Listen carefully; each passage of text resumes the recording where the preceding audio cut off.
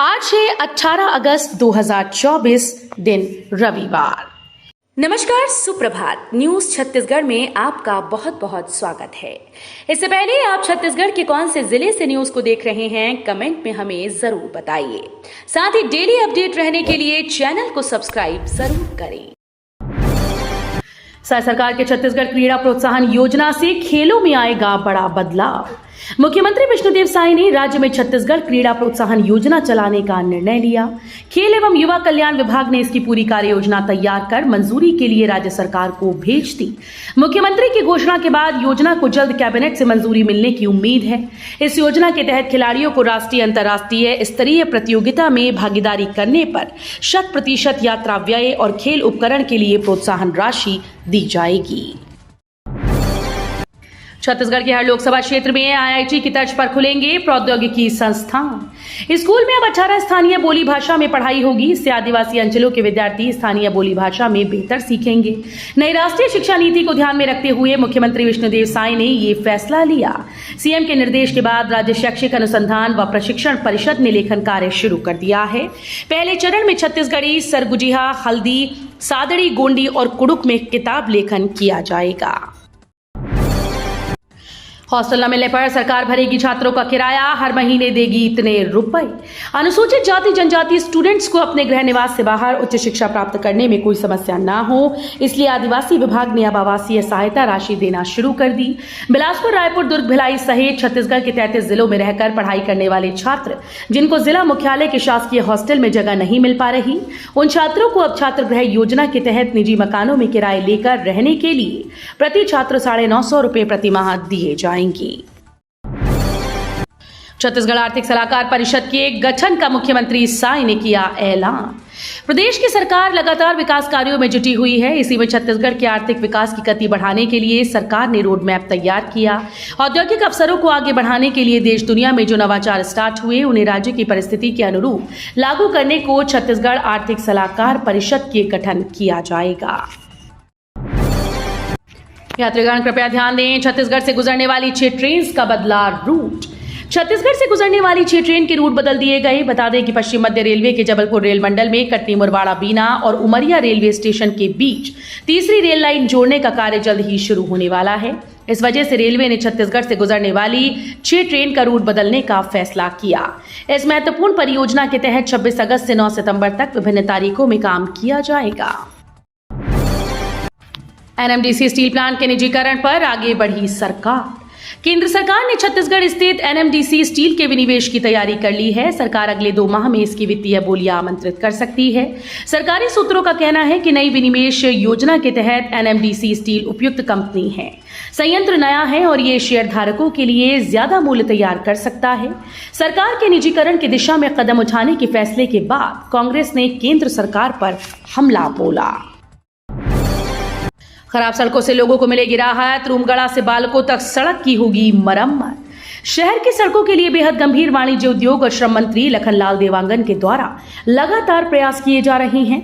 इसी क्रम में मंत्री देवांगन ने मेजर ध्यानचंद चौक, रूमगढ़ा से बालको नगर तक की मुख्य मार्ग की जल्द मरम्मत करने कलेक्टर को पत्र भेजा।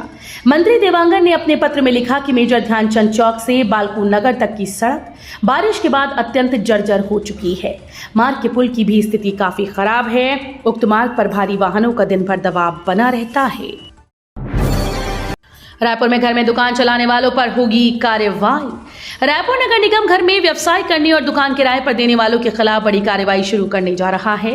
निगम ऐसे घरों का निरीक्षण करेगा जो आवासीय संपत्ति कर का भुगतान कर रहे हैं और व्यावसायिक गतिविधियां संचालित कर रहे हैं। आवासीय संपत्ति कर जमा कर घरों में व्यावसायिक उपयोग पाए जाने पर उनके खिलाफ कार्यवाही की जाएगी। रक्षाबंधन से पहले स्वास्थ्य विभाग का बड़ा तोहफा, 650 पदों पर होगी बम्पर भर्ती। स्वास्थ्य विभाग में 225 स्टाफ नर्स समेत 650 पदों पर बम्पर भर्ती की जाएगी। राज्य शासन ने इसकी मंजूरी दे दी। पहली बार व्यापम से सीधी भर्ती होगी। ये भर्ती नियमित होगी। इससे अस्पतालों में नर्सिंग व पैरामेडिकल स्टाफ की कमी कुछ हद तक दूर होगी। इससे मरीजों के इलाज व जांच में सुविधा होगी। स्वास्थ्य विभाग के अवर सचिव मुकेश चौहान ने हेल्थ डायरेक्टर ऋतुराज रघुवंशी को लिखे हुए पत्र में 24 जनवरी के प्रस्ताव को मंजूरी देने की बात कही। रक्षाबंधन की छुट्टी पर सामान्य प्रशासन विभाग की नवीन अधिसूचना जारी। भाई बहन के पवित्र रिश्ते का महापर्व रक्षाबंधन पूरे देश में 19 अगस्त को मनाया जाएगा। इस दिन की छुट्टी को लेकर छत्तीसगढ़ सरकार ने सार्वजनिक अवकाश घोषित कर दिया। साथ ही सभी स्कूल और कॉलेज में भी छुट्टी की घोषणा हो गई।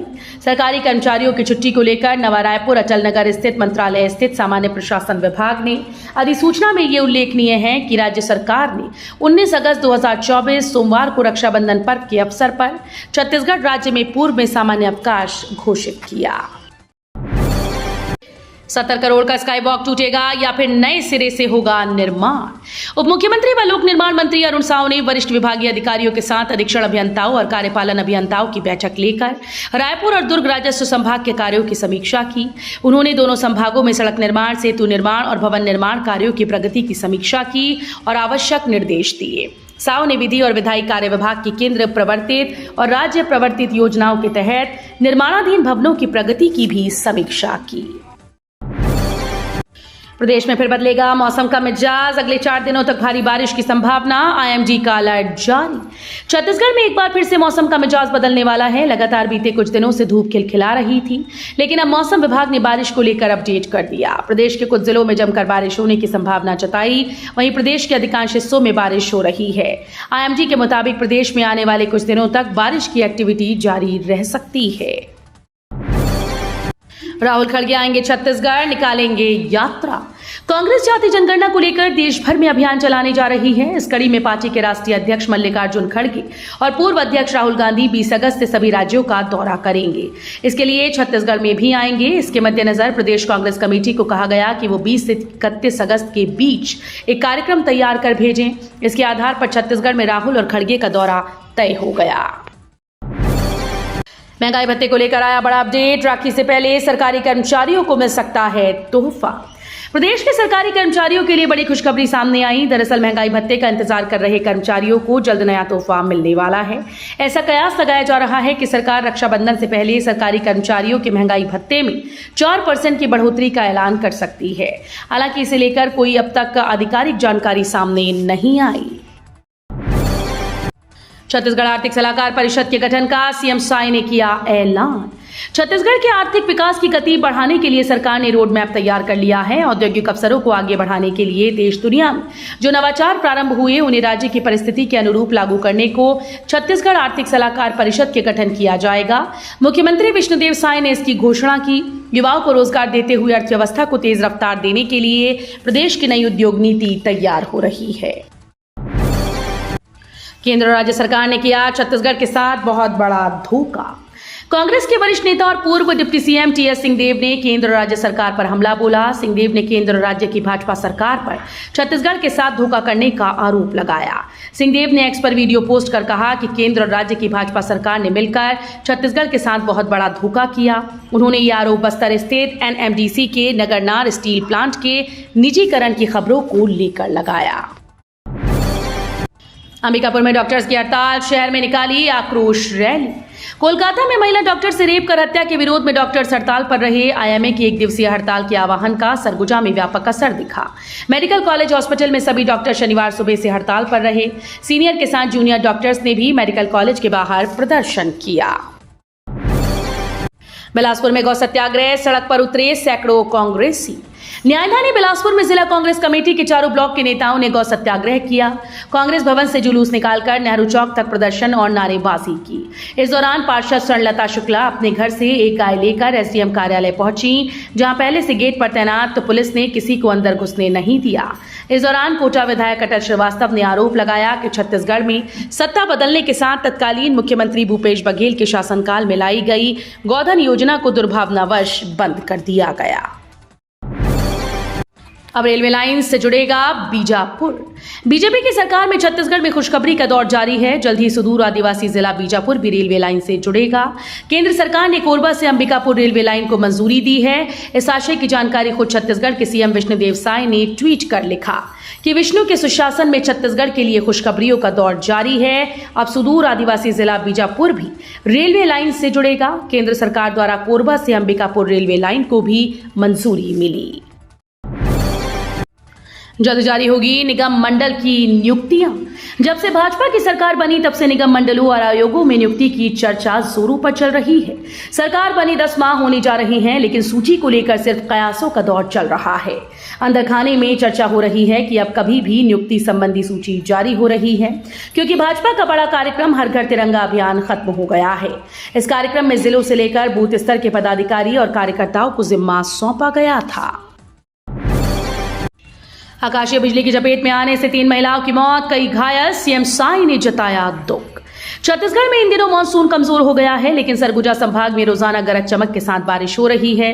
वहीं जशपुर में आकाशीय बिजली की चपेट में आने से 3 महिलाओं की मौत हुई। इस पर मुख्यमंत्री विष्णुदेव साई ने दुख जताया। उन्होंने घायलों के इलाज के लिए निर्देश दिए, साथ ही जल्द स्वस्थ होने की कामना की। मुख्यमंत्री विष्णुदेव साई ने सोशल मीडिया एक्स पर ट्वीट कर लिखा कि जशपुर जिले में आकाशीय बिजली की चपेट में आने से 3 महिलाओं की मृत्यु और कई महिलाओं के घायल होने की दुखद सूचना प्राप्त हुई। अपर आयुक्त का बड़ा फैसला, बंद होंगे संचालित डेयरी, शहर से बाहर ले जाने का दिया गया अल्टीमेटम।